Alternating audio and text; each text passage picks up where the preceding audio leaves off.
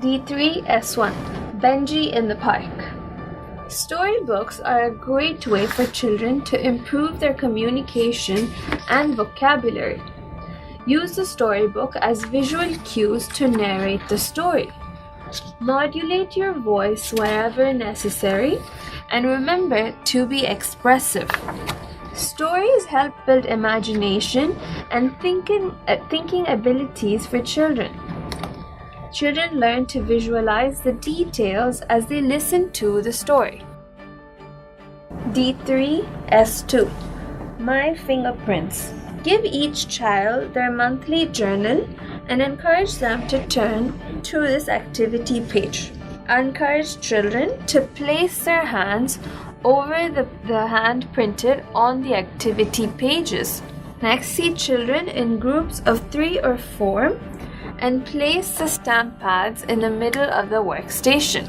Now tell the children we are going to be fingerprinting on the activity page by placing our hands on each of the fingers. Next, call out one finger at a time and encourage children to place their hands on the stamp pad and then fingerprint on the activity page by matching their hands onto the page.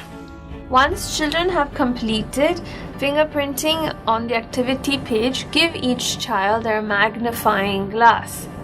Next, encourage them to take a look at their fingerprints through the magnifying glass. Stamping their fingerprints gives the children a unique sensory experience. They also compare the difference in the fingerprints as they observe it through the magnifying glass. As children learn to interact with their peers as they work in groups and exchange their journals for inspection. D3S3 Grubby Hands. To complete this activity, give each child the black chart, and before class begins, you will have to mix the flour with some water and create a mixture on the plastic plates.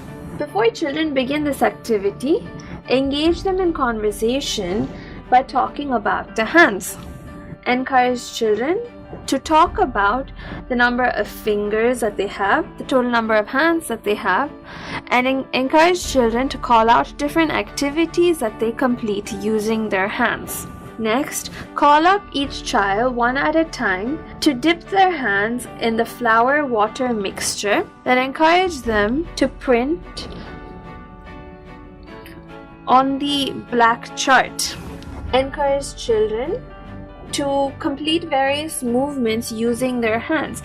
For example, you could call out children to fold open their fingers, to point their hands up, point their hands down, lift their hands side to side or up and down, and so on. If children need help in imprinting, assist them by holding their hand and imprinting on the chart. This activity involves getting messy and then getting clean. So once children have completed imprinting their handprints on the black chart, encourage them to go to the wash area and wash their hands. So while children complete this activity, they understand that it is okay to get dirty while playing as long as we clean ourselves after. Creating hand imprints using flour provides a unique sensory experience which enhances their tactile perception.